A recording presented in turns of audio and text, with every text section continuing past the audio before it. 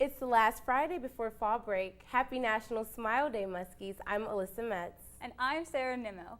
This is Xavier News. From the Xavier University Television Studio,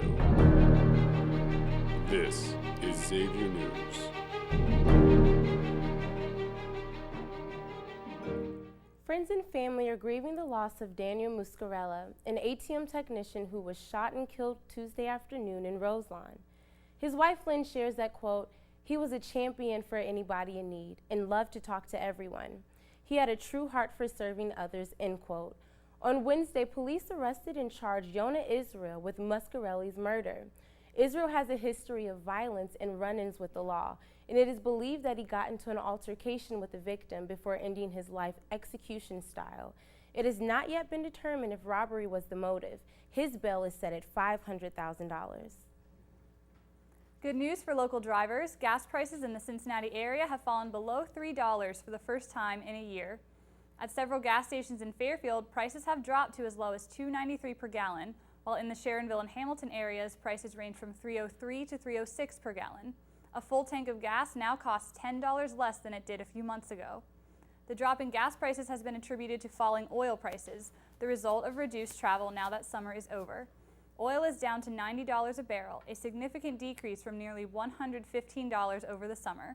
The change in the price of oil comes in anticipation of less traveling in the months to come. We don't know how long gas prices will stay this low, so take advantage while you can. The first case of Ebola in the United States broke out earlier this week in Dallas, Texas.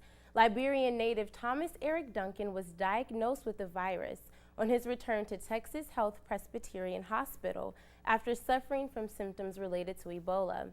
Prior to his diagnosis, Duncan visited the hospital with stomach pain and a low fever. He told staff about his travel from Liberia and had blood work done, but not an Ebola screening. His partner Louise and her children are currently quarantined in the Dallas apartment where Duncan was staying to prevent any possible spread of the disease. Duncan remains in the hospital in critical condition. A 17-year-old student activist in Hong Kong is at the forefront of protests that have the Chinese government worried. Joshua Wong has been at the center of a movement fighting for democracy in Hong Kong despite the Chinese government's communist hold on the city. Wong played a significant role in setting off the demonstrations this past week, including leading a surprise charge on a government building, an act that resulted in his arrest and prompted other protests to begin ahead of schedule. His role in the protest movement has also sparked conversation about the possible effects of using the internet and social media to generate support beyond the reach of traditional political parties. Wong told the New York Times, quote, "Electoral reform is a generational war," end quote. His and other students' involvement in the protests has marked a shift in politics, and the impact on Hong Kong is yet unclear. If the protesters refuse to compromise with the Chinese government, the conflict could continue indefinitely. Turkey has now joined the battle against the Islamic militant group ISIS. In a vote of 298 to 98, Turkish parliament decided to allow its military to fight with ISIS close to their borders. The prime minister wants action to be taken this week as Turkey is threatened by the problem in Syria and Iraq. The takeover of Syrian land poses a possible threat to an ancient tomb that's located in Syria but considered to be Turkish territory. ISIS militants have committed heinous crimes ranging from rape to executions of innocent people. The U.S. has led airstrikes against ISIS in hope of defeating the terrorist group. In campus news, Xavier has been ranked in the top 10 Midwest colleges and universities for the 20th straight year. Out of 620 universities, Xavier tied for 5th place with Valparaiso University in Indiana. U.S. News & World Report released the rankings in early September, which appeared in the 2015 edition of America's Best Colleges. The universities included in the report were all assigned a point value and were ranked in categories such as class size and student test scores. Xavier stood out for its top graduation rate, services for veterans, and 2 business programs. Creighton University took the #1 spot.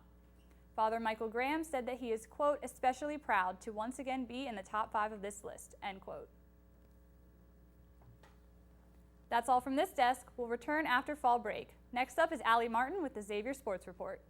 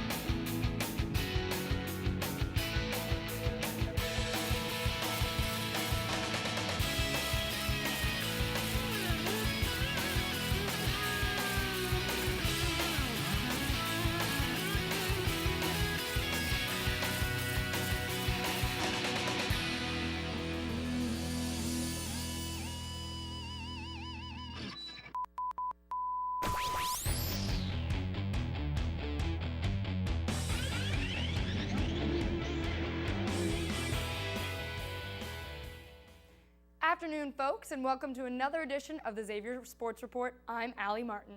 In primetime, a handful of our Xavier athletes took home awards this week. Senior soccer player Eric Oswald was named Big East Goalkeeper of the Week after keeping clean records in consecutive wins against Loyola Marymount and St. John's.